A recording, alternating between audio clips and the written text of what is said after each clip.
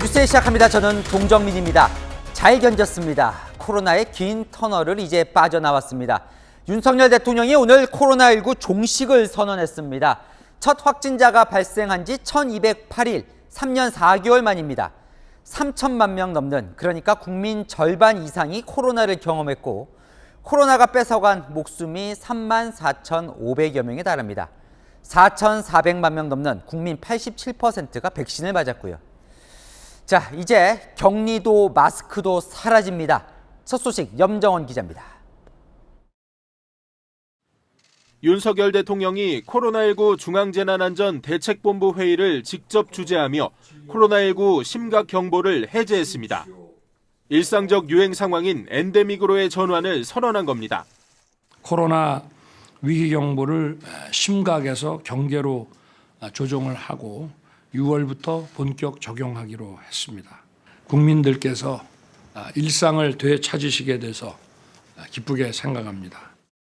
코로나19 국내 첫 확진자가 발생한 2020년 1월 20일 이후 3년 4개월 만입니다. 지난 5일 세계보건기구 WHO의 코로나19 공중보건 비상사태 해제와 자문위원회 위기평가회의를 거쳐 종합적으로 검토한 결과입니다. 코로나에 맞서 현장에서 헌신한 의료진 등에게 감사를 표하기도 했습니다. 그동안 코로나 극복을 위해 헌신하신 의사, 간호사, 간호조무사 분들이 함께하고 계십니다. 모두 큰 박수 부탁드리겠습니다.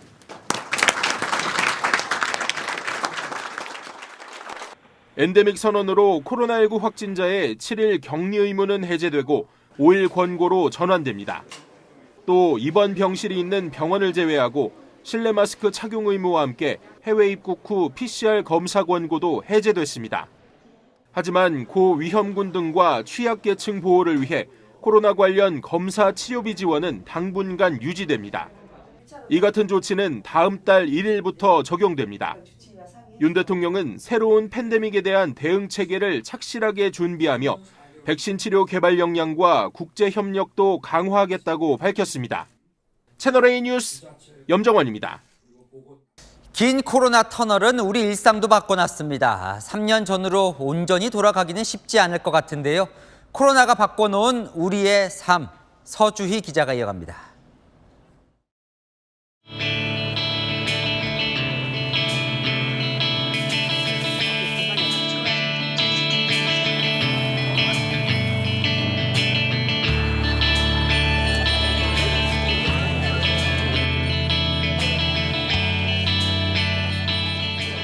직장인들에게 가장 큰 변화 중 하나는 회식 문화입니다.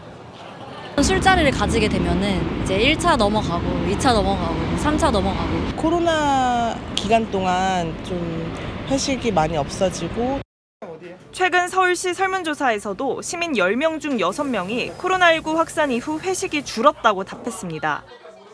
새벽이나 밤늦게까지 열어둔 카페, 식당들도 찾아보기 힘듭니다. 카페가 원래 24시 하는 데도 많았었는데 요즘에 많이 줄어가지고 빨리 집에 가고. 대중교통과 실내에서 마스크 의무 착용이 해제됐지만 벗지 않는 시민들은 여전히 많습니다. 일상생활에 함께 하다 보니까 이제 신발 신고 옷 입는 것처럼 한 몸이 된 것 같아요. 감염에 대한 경계심이 높아지면서 지하철 등 대중교통을 이용하는 시민의식도 달라졌습니다. 대중교통에서 음식물 먹는 거는 에티켓에 안 맞는다고 생각을 했었는데 코로나 덕분에 자연스럽게 좀 그런 에티켓이 자리 잡은 것 같아서. 코로나19 긴 터널은 자영업자들에게 가혹했습니다. 밀폐된 공간의 밀집도가 높아 영업 제한이 많았던 PC방은 코로나19로 2,000여 곳 넘게 문을 닫았습니다. 임대료를 거의 하나도 못 낼 정도였었으니까 아주 그냥 뭐 하늘이 노래지고 그냥 가족들 생각밖에 안 나고 대출받은 곳에 다 상환해야 되는 그런 상황이니까.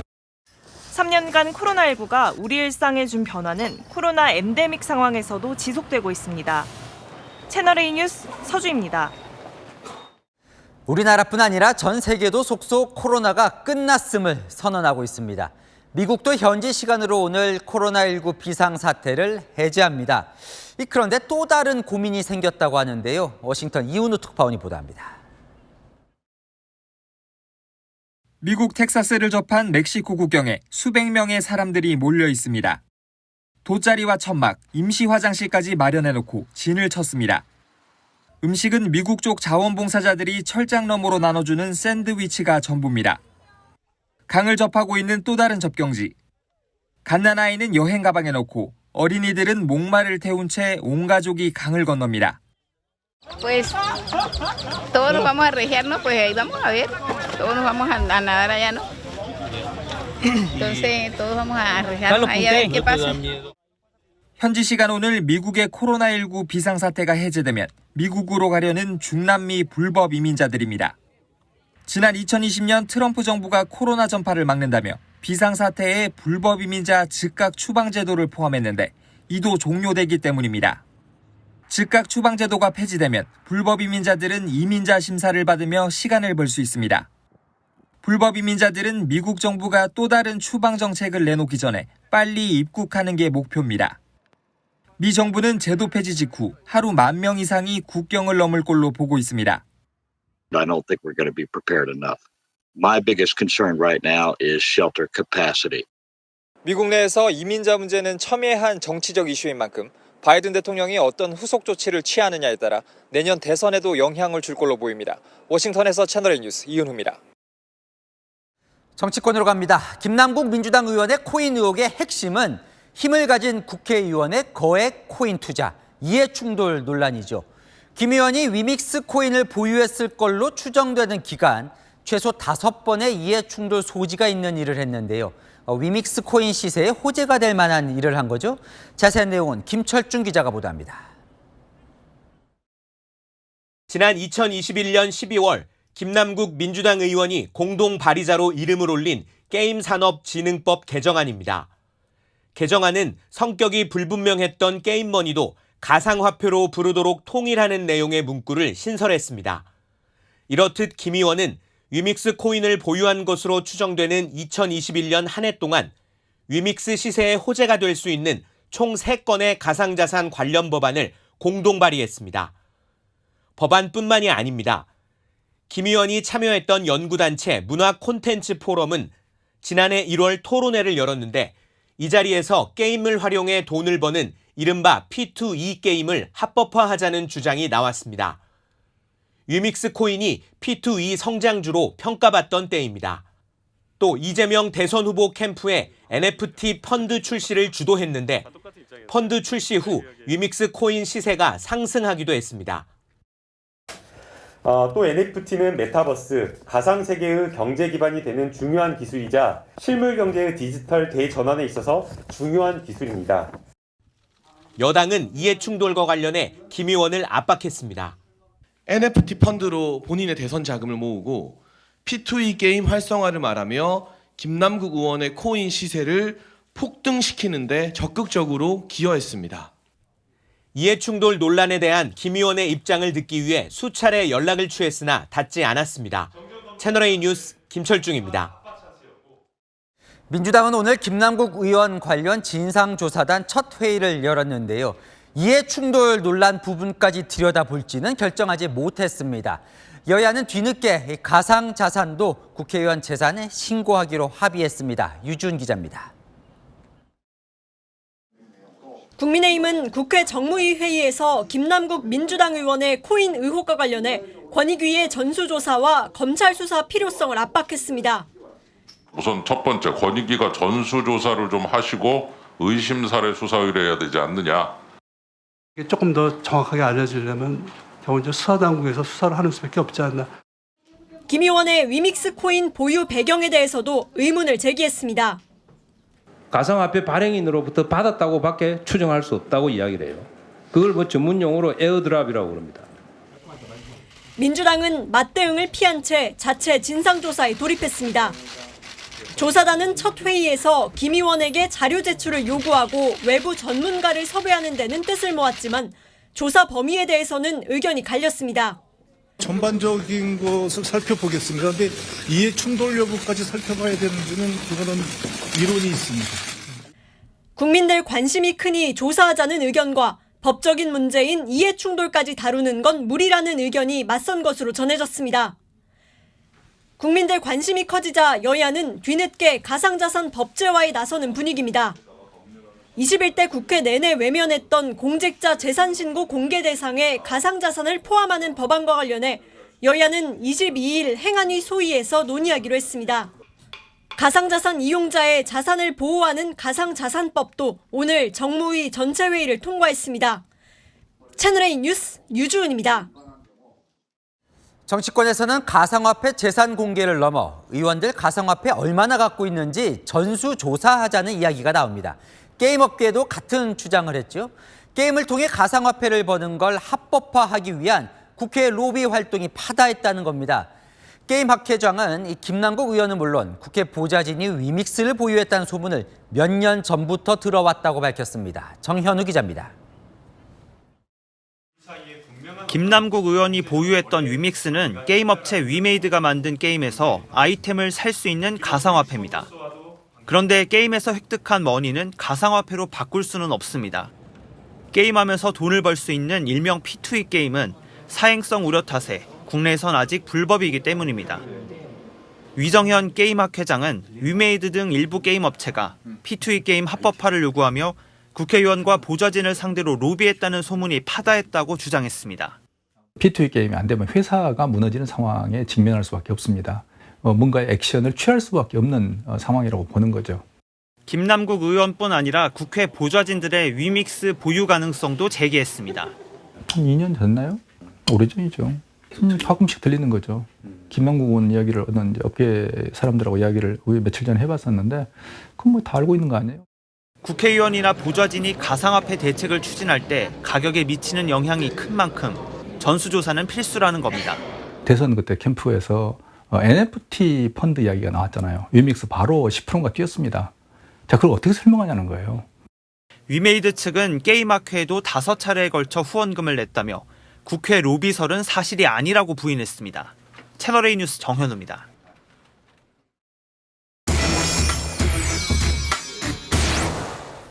네, 아는 기자하자 정치부 김유빈 기자와 함께 김남국 의원의 코인 논란, 특히나 이 해명과 관련된 얘기를 좀 짚어볼까 합니다. 자, 연일 지금 해명이 논란이 되는 이유가요.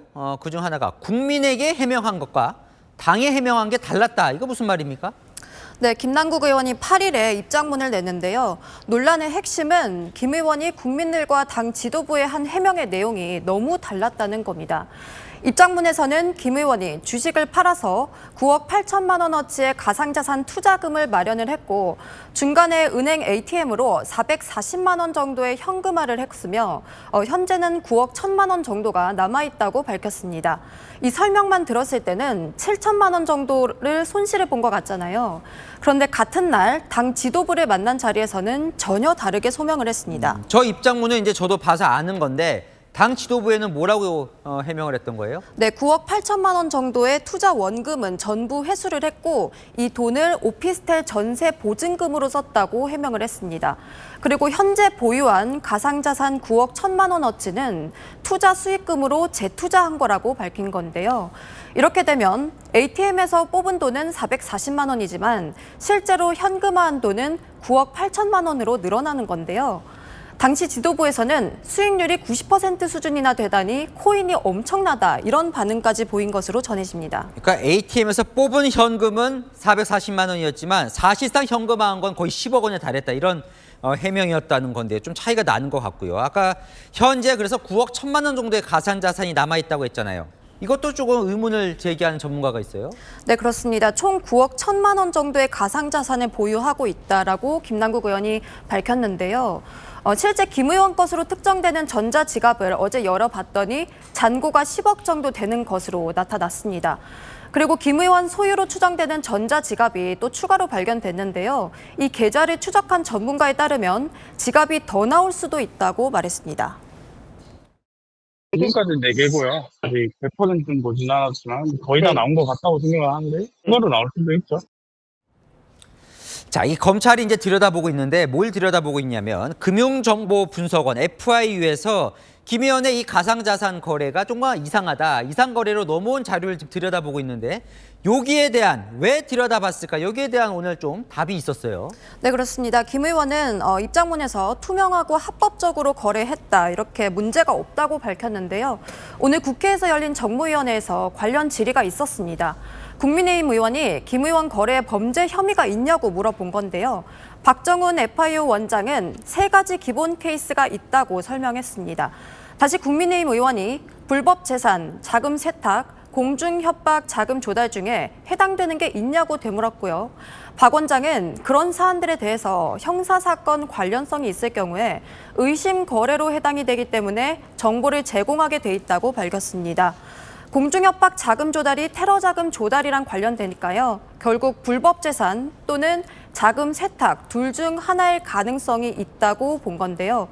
FIU가 가상자산 거래소로부터 이상 거래로 보고받은 뒤에 검찰에 이첩하는 경우는 4%밖에 안 된다는 점을 감안하면 김 의원 거래는 이례적이라고 해석할 수 있겠습니다. 자, 여기서 또 주목할 점이 사실 김 의원이 보유하고 있는 코인이 상당수가 이 게임 업체가 발행한 코인이다. 여기에 지금 주목하는 사람들이 많습니다. 네, 그렇습니다. 김남국 의원이 과거 대량으로 보유한 것이 위믹스를 비롯해서요. 지금 보유한 클레이튼, 클레이스왑, 그리고 메타콩즈 모두 게임 회사들이 발행한 코인들입니다. 이렇다 보니 게임 업체들이 자기들한테 유리한 입법을 끌어내기 위해서 김 의원을 비롯한 국회의원들한테 로비를 하는 수단으로 코인을 뿌린 게 아니냐는 의혹이 나오고 있습니다. 정의당에서도 실제 로비 의혹이 있었는지 각 당이 자체적으로 파악해야 한다면서 각 당 대표들이 국회의원이나 보좌진, 가상자산 보유 상황을 전수조사하자고 제안하기도 했습니다. 점점 뭔가 확산이 되는 것 같네요. 지금까지 아는 기자 김유빈 기자와 살펴봤습니다. 자, 5.18 발언 논란을 일으킨 김재원 최고위원에게 당원권 정지 1년이라는 중징계 처분을 내린 국민의힘. 다음 주 5.18 행사 때 광주로 갑니다. 의원 전원이 행사에 참석하고 이례적으로 전야제에도 대표단이 참석합니다. 홍지은 기자입니다. 두 차례 취소됐던 국민의힘 최고위원회의가 열흘 만에 열렸습니다. 설화 당사자인 김재원, 태영호 두 최고위원이 전날 각각 당원권 정지 1년과 3개월 징계를 받으면서 회의 참석이 불가능해졌기 때문입니다. 설화로 당원과 국민들께 심려를 끼쳐 당대표로서 무척 송구한 마음입니다. 정치인의 말은 천금 같아야 합니다.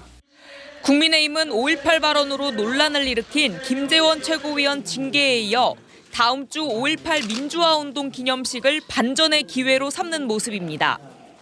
기념식에 소속 국회의원 전원이 참석하기로 한 데 이어 전날 열리는 전야제에 지도부를 보내기로 했습니다.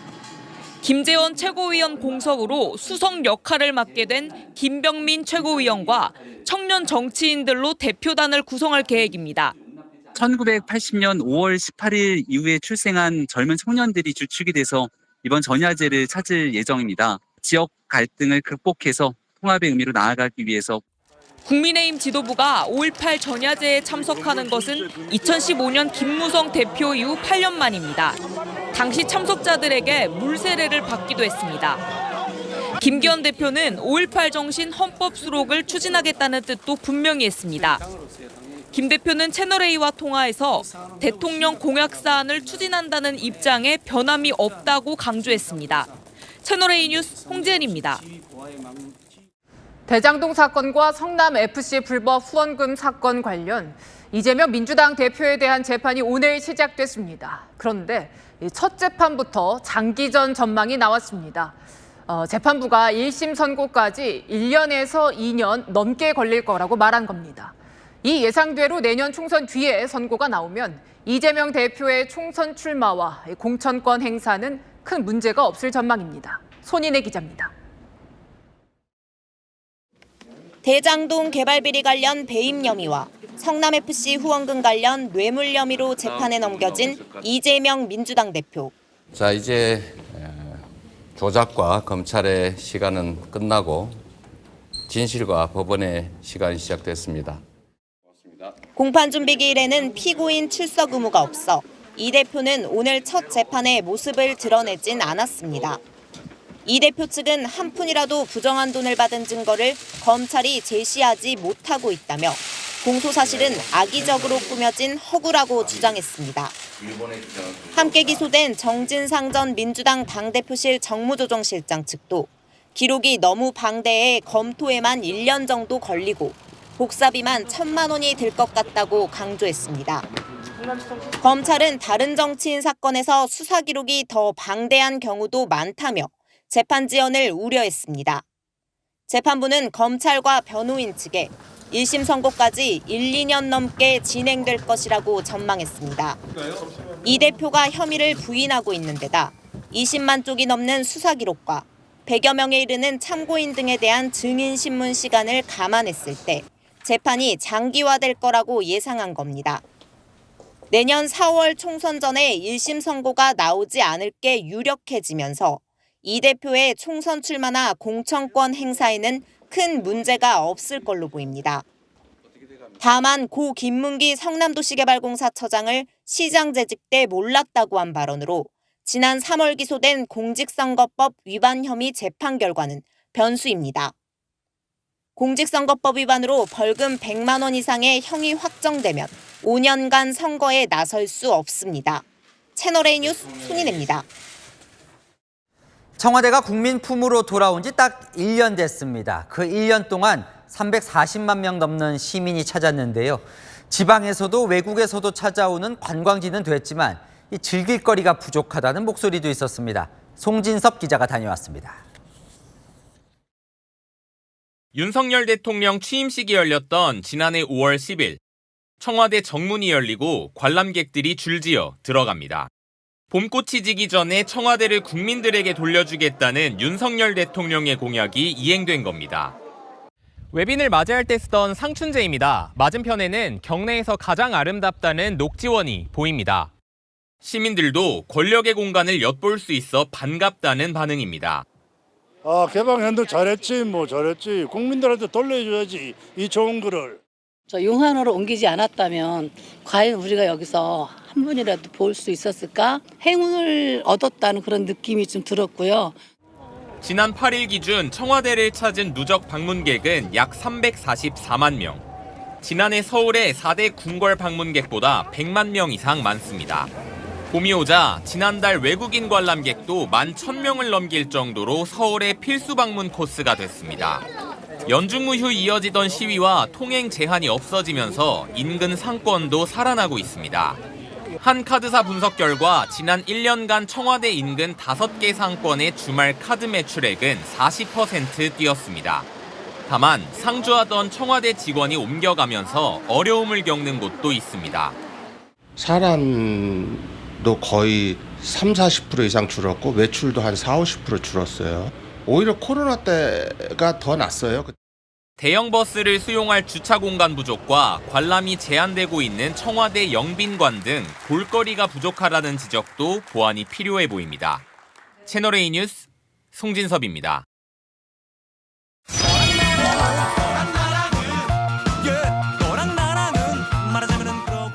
여랑야랑 정치부 김민지 기자와 함께합니다. 첫 번째 주제 보겠습니다. 누가 박원순 전 서울시장 다큐를 언급했을까요?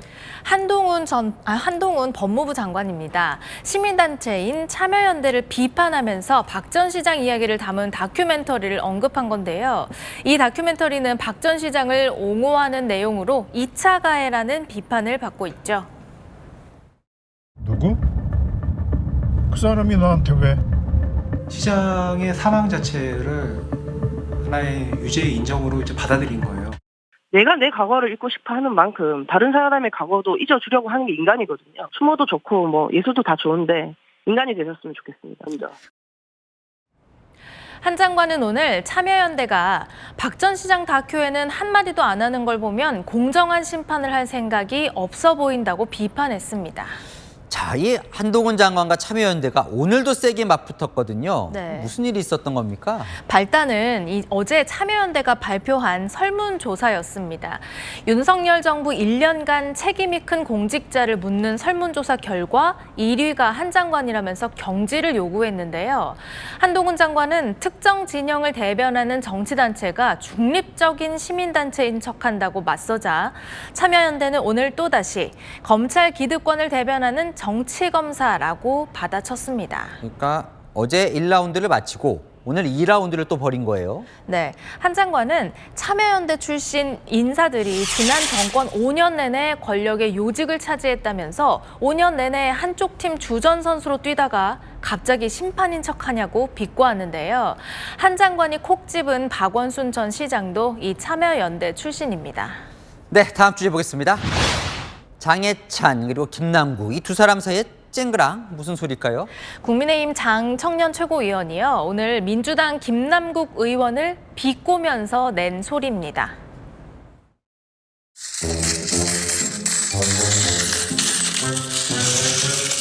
어디서 이상한 소리가 자꾸 들리는데 김남국 의원 코인 받는 소리 같은데? 이재명 대표는 돈봉투 사건과 김남국 코인 게이트가 터질 것을 일타쌍피로 예언한 것입니다. 이 대표가 일타상피로 예언을 했다는 게 무슨 말입니까? 지난해 12월 이재명 대표의 이 발언을 소환한 겁니다. 어디서 이상한 소리가 자꾸 들리는데 김남국 의원 돈봉투 받는 소리 같습니다. 우리 김성환 의원께서 김남국 의원한테 돈봉투 전달하는 소리가 오시락거리는 소리 참 조건이 없는 일입니다. 참 그때는 한동훈 장관을 비꼬며 했던 말인데 공교롭게 김남국 의원을 향해 그렇게 된 거네요. 네, 야권도 곤혹스러운 분위기입니다. 출세도 하고 돈도 벌고 이건 도둑이지. 둘 다 하려고 하면은 지나친 욕심이잖아요. 국회의원이 정치에 전념을 해야 되는데 투자에 전념한 듯한 모습을 또 국민들에게 보여드리는 것 아니냐.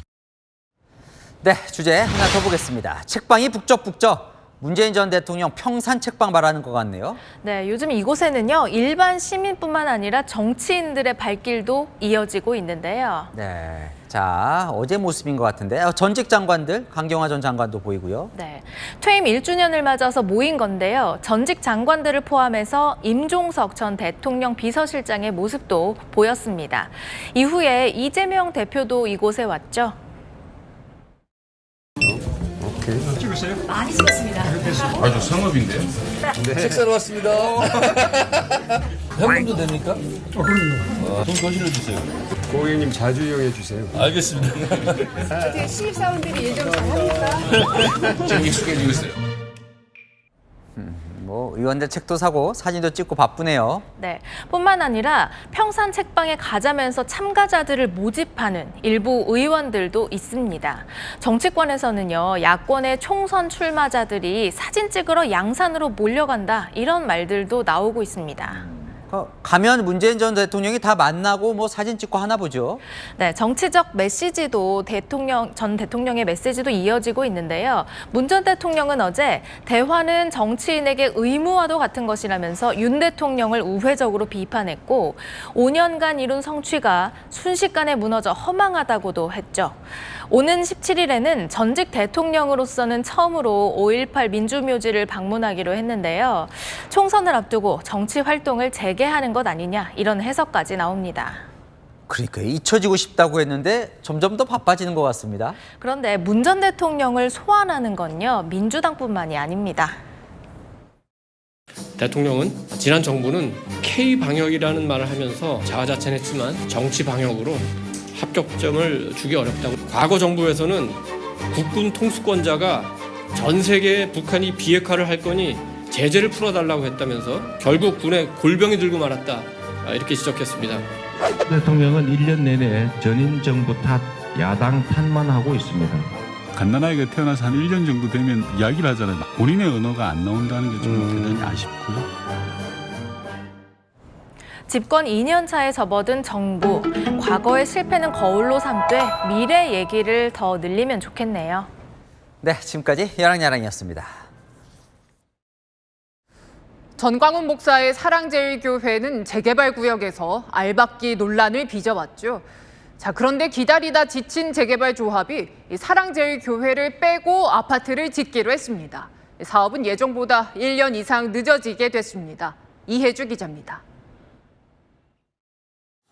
거주민 이주와 시설물 철거까지 마친 재개발 부지. 그 한켠에 사랑제일교회만 덩그러니 남아 있습니다. 재개발 조합이 정비구역 내 교회를 상대로 인도 소송을 벌여 최종 승소했지만 강제 집행은 번번이 실패했습니다. 6차례에 걸친 강제 집행 시도 때마다 전광훈 목사의 사랑제일교회 측이 물리력을 행사하며 저항한 결과입니다. 교회 측은 기존 약속된 새 교회 부지뿐 아니라 보상금 500억 원을 요구하며 갈등이 이어졌습니다. 재개발 조합은 결국 사랑제일교회만 빼고 재개발을 진행하기로 결정했습니다. 당초 장이 19역 내 포함됐던 3,000제곱미터가량의 교회 부지를 빼기로 한 겁니다.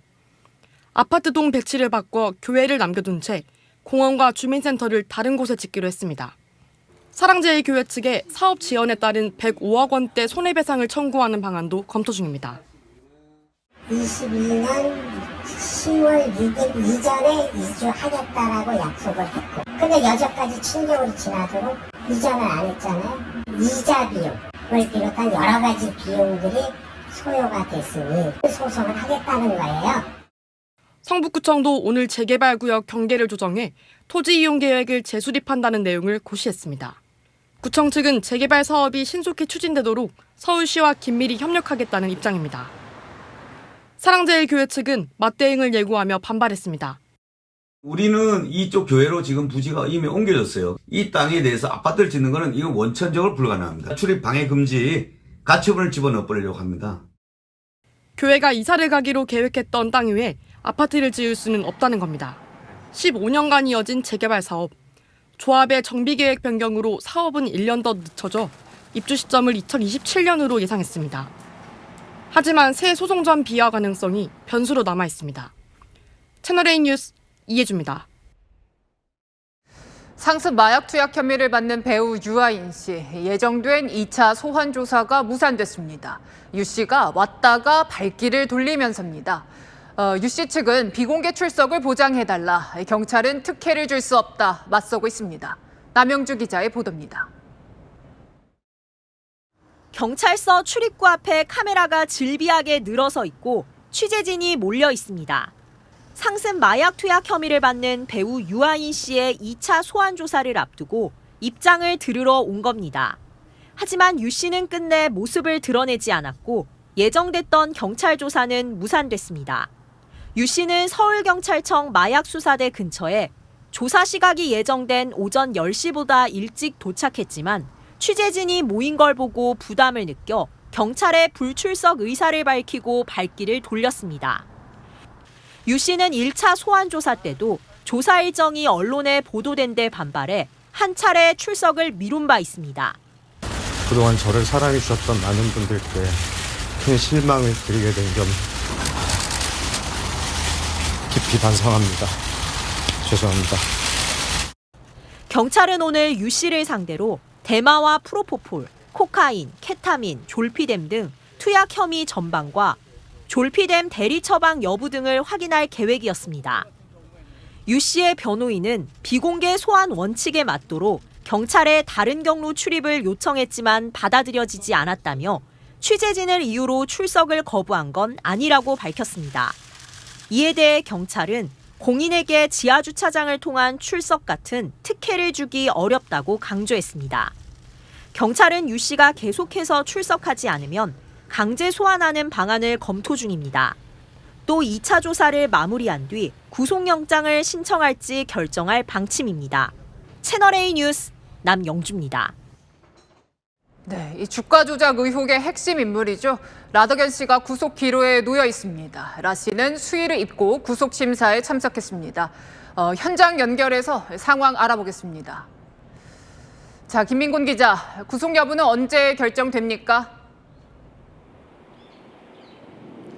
네, 라더견 대표는 오전 11시 45분부터 1시간 반 동안 구속 심사를 받았는데요. 지금은 심사를 마친 뒤 구치소에서 6시간째 결과를 기다리고 있습니다. 파란색 수의를 입고 마스크를 쓴 채 법원에 도착한 라 대표. 그동안 언론을 통해 각종 의혹에 대해 적극 해명해왔지만 오늘은 입을 닫았습니다. 시세 조정 혐의 인정하시나요? 법인 여러 개 만드셨는데 자금 세탁 용도입니까?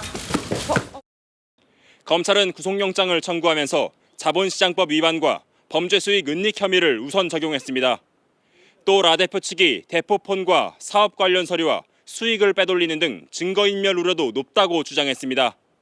라 대표가 주소 등록지와 다른 곳에서 머문 점도 도주 우려 이유로 꼽혔습니다. 반면 라 대표 측은 투자자들로부터 차명 휴대전화를 받아 1인 매매한 사실은 인정하면서도 시세 조정과 통정 매매 의도는 없다며 혐의를 부인했습니다. 라 대표 구속 여부는 오늘 밤 결정됩니다. 이와 별도로 투자 모집 총괄책 변모 씨와 전 프로골퍼 안모 씨에 대한 구속영장도 청구됐습니다.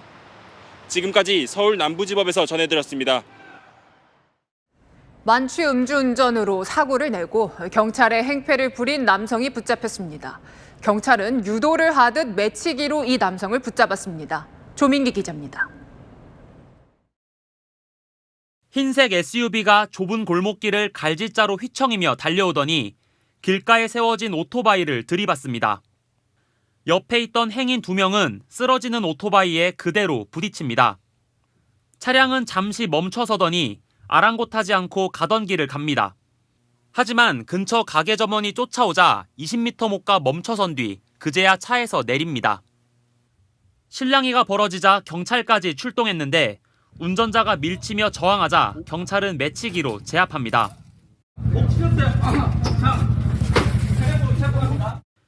50대 남성이 차량으로 오토바이와 행인을 친 건 지난 7일 밤 10시 15분쯤. 양쪽에 주차된 차들로 주행하는 차와 보행자가 뒤섞이는 좁은 골목으로 자칫 더 큰 사고로 이어질 수도 있었습니다. 이 사고로 행인 1명이 다쳐 병원으로 이송됐습니다. 사람을 치고 이제 거기서 막 너무 많지여가지고 경찰이 이제 가만히 있으라 했는데 그걸 반항하면서 자기가 뭐 물어주겠다 막 그런 소리도 하고 계속 난폭하니까. 음주 측정 결과 운전자의 혈중 알코올 농도는 0.188%, 면허 취소 수치였습니다. 남성은 만취 상태에서 700m가량을 운전하다가 사고를 낸 걸로 파악됐습니다. 경찰은 남성을 특가법상 위험운전치상과 공무집행방해 혐의로 입건했고 조만간 사건을 검찰로 넘길 계획입니다. 채널A 뉴스 조민기입니다.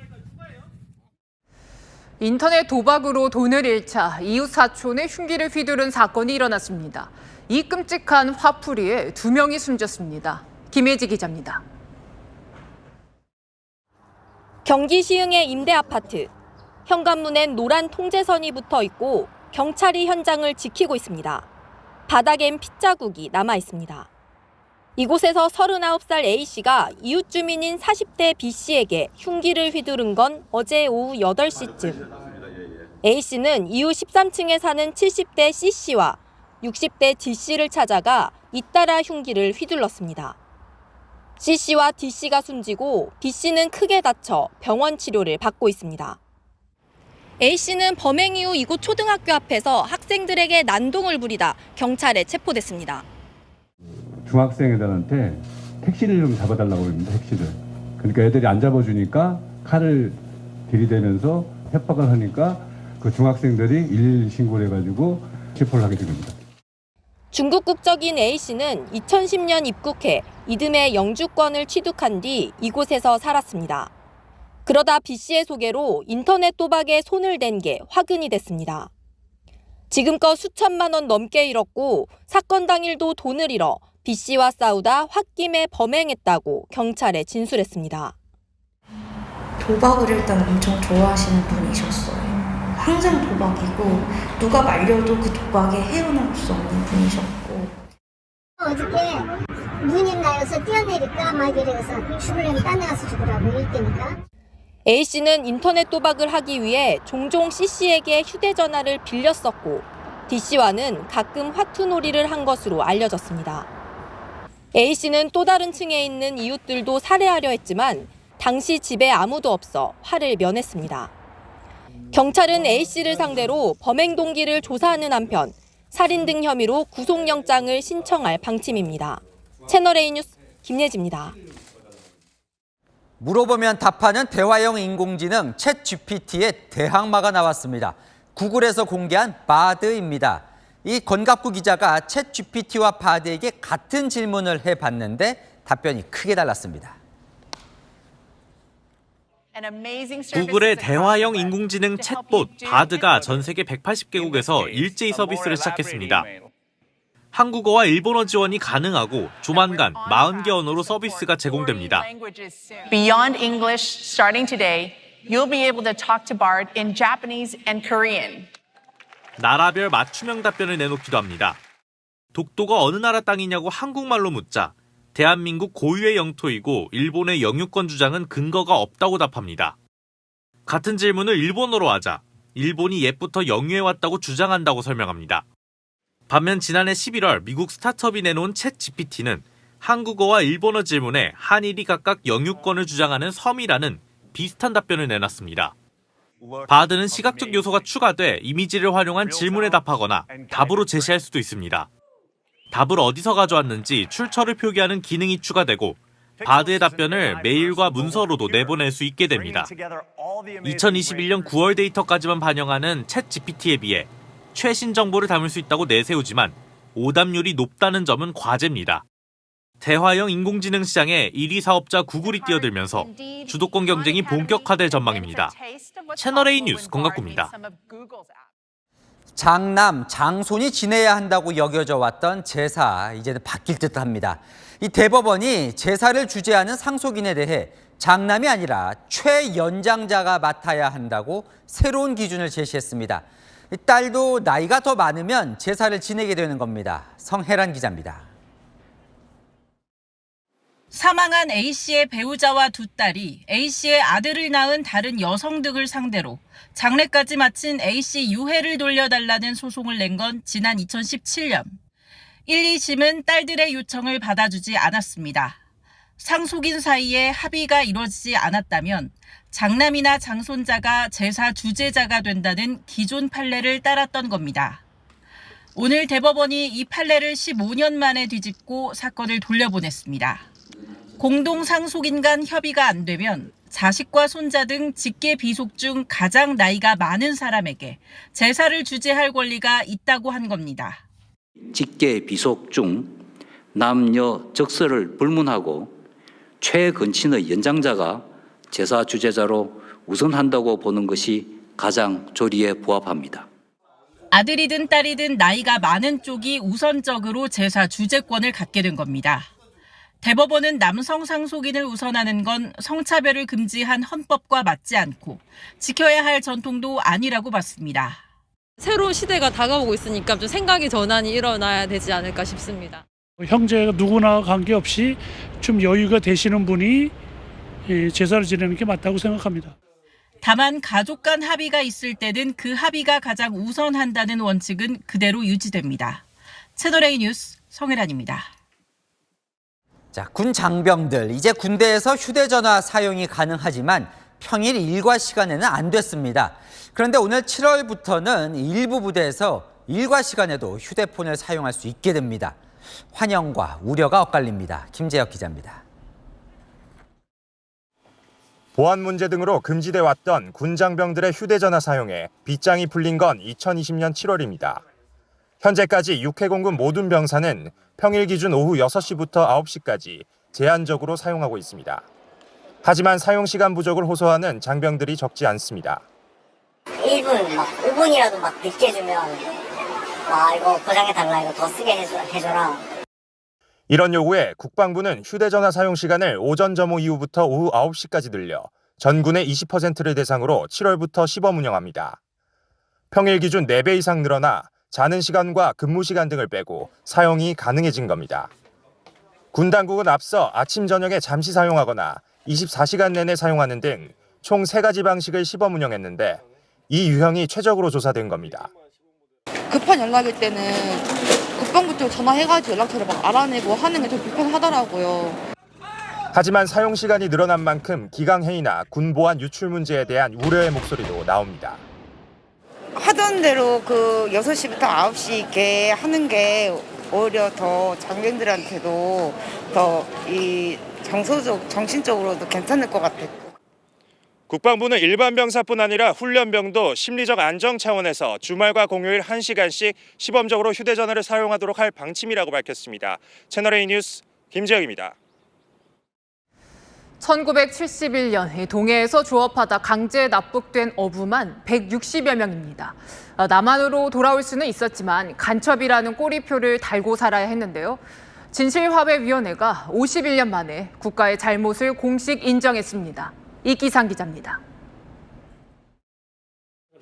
1971년 9월 17살 조혜웅 씨는 형이 선장이던 오징어잡이배를 타고 동해로 조업을 나갔습니다.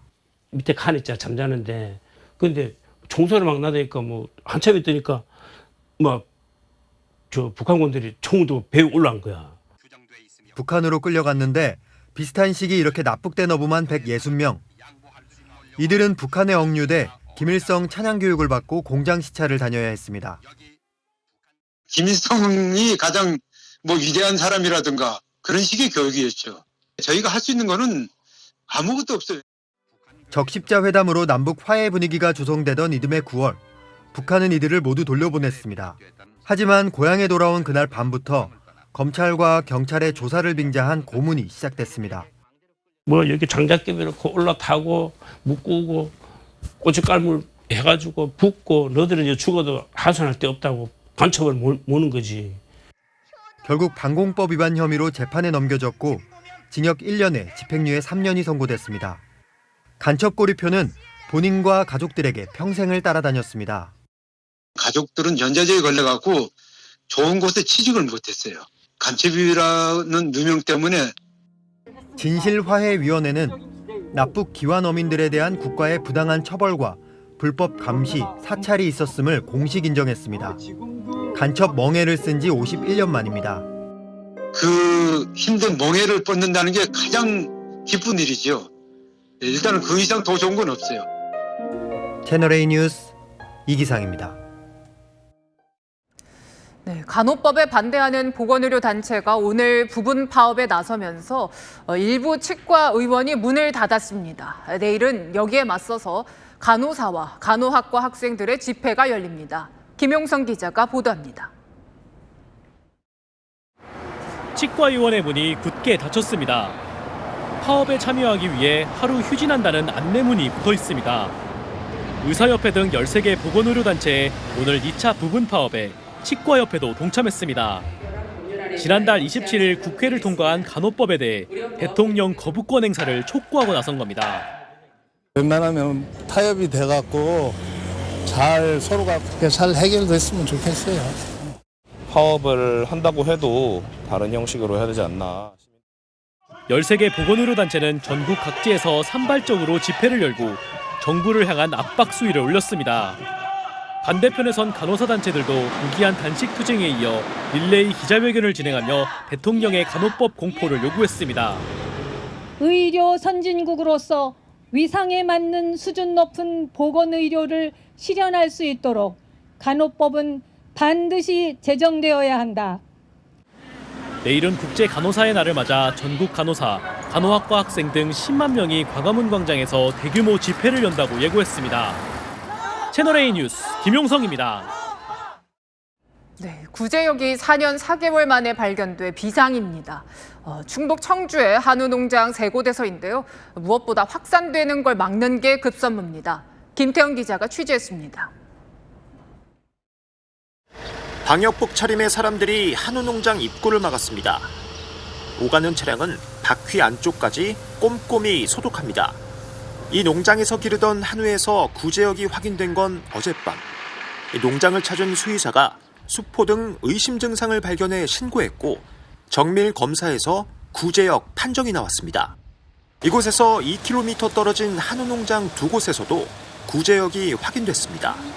농장 3곳에선 모두 450마리의 한우를 키우는데 각각 지난해 10월과 지난달 구제역 백신을 접종했습니다. 이 중 66마리를 검사해보니 26마리에서 양성 반응이 나왔습니다. 일부 누락된 개체라든가 아니면 좀 허약 개체 중에서 항체가 떨어지는 것들이 외부에 이제 노출돼 있다가 발현이 된 게 아닌가 사실. 국내 구제역 발생은 지난 2019년 1월 이후 4년 4개월 만입니다. 정부가 긴급 역학조사에 나선 가운데 사육 중인 한우는 오늘 중 모두 살처분하기로 했습니다. 오늘 0시부터 48시간 동안 전국 소농장과 도축장 등 축산관계시설 차량에 대해 일시 이동 중지 명령도 발령했습니다. 구제역 발생 소식의 일대는 초비상입니다. 반경 3km 안엔 230여 농장에서 4만 마리 넘는 소와 돼지 등을 키우고 있습니다. 속값도 하나 떼고 사료비는 올라가고 구제역까지 걸리면 좀 어렵겠죠. 구제역은 소와 돼지, 양의 입과 혀 등에 물집이 생기고 식욕부진 증상이 나타나 심한 경우 폐사하는 전염성 강한 일종 가축 전염병입니다. 자칫 구제역이 확산되면 소고기와 돼지고기 가격이 오르는 거 아니냐는 우려가 나옵니다. 채널A 뉴스 김태형입니다. 도로사이클 선수들은 경기를 방해하는 돌발 사태에 익숙하지만요. 갑자기 뛰어든 강아지 한 마리 앞에서는 속수무책이었습니다. 정윤철 기자입니다. 세계 3대 도로사이클 대회 중 하나인 이탈리아 일주대회 지로 디탈리아입니다. 주택가 도로에서 레이스가 진행되는 도중에 강아지 한 마리가 도로로 뛰어듭니다. 갑작스런 강아지의 난입에 당황한 선수는 균형을 잃고 쓰러집니다. 이 선수가 놓친 자전거로 인해 뒤따라오던 지난해 세계선수권 우승자 렘코 에베네풀까지 사고를 당했습니다. 2년 전 투르드 프랑스에서 팻말을 든 관중이 도로를 침범해 선수들이 와르르 쓰러진 이후 또다시 웃지 못할 일이 벌어진 겁니다. 에베네풀은 부축을 받고 힘겹게 일어나 레이스를 재개했습니다. 엄지를 치켜 세우며 괜찮다는 표시를 했지만 불운은 여기서 끝나지 않았습니다. 결승선까지 2.4km를 남기고 다른 자전거에 부딪혀 다시 쓰러진 겁니다. 에베네풀은 자전거를 교체한 후 완주했지만 157위에 그쳤습니다. 어제 대회 5구간 경기는 비가 내리는 악천후 속에 펼쳐졌습니다. 미끄러운 도로 상태로 인해 선수들이 도로에 나뒹구는 사고가 속출했습니다. 결승선을 눈앞에 두고도 아찔한 충돌이 발생한 가운데 우승은 호주의 그로브스가 차지했습니다. Had to be one of the biggest goals of the year. It's fine, but we're not done yet, and there's still plenty more stages to come. 21개 구간 총 3,489km를 달리는 지로 디탈리아는 로마에 입성하는 28일까지 계속됩니다. 채널A 뉴스 정윤철입니다. 벌써 여름이 왔나 싶은데요. 오늘 서울과 광주는 27도 안팎까지 오르며 초여름 더위가 나타났습니다. 내일은 오늘보다 낮 기온이 내려갈 텐데요. 서울은 24도, 광주 23도로 따뜻한 봄 날씨가 예상됩니다. 한낮에 서울과 대구는 24도, 대전은 25도 등 오늘보다 2도 정도 낮겠고요.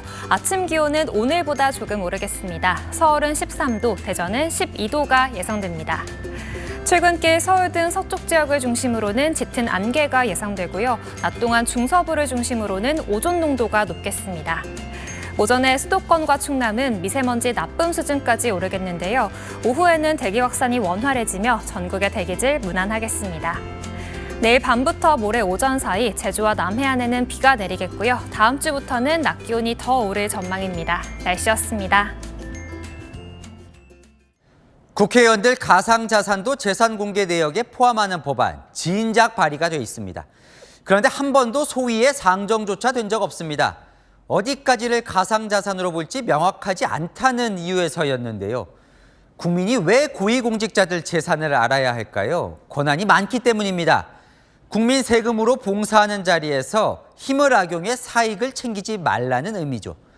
그 재산이 부동산인지 주식인지 가상화폐인지는 국민에게 중요한 게 아닙니다. 고위공직자 재산을 빈틈없이 공개해야 하는 이유죠. 마침표 찍겠습니다. 틈새를 파고든 욕심. 뉴스에 마칩니다. 감사합니다.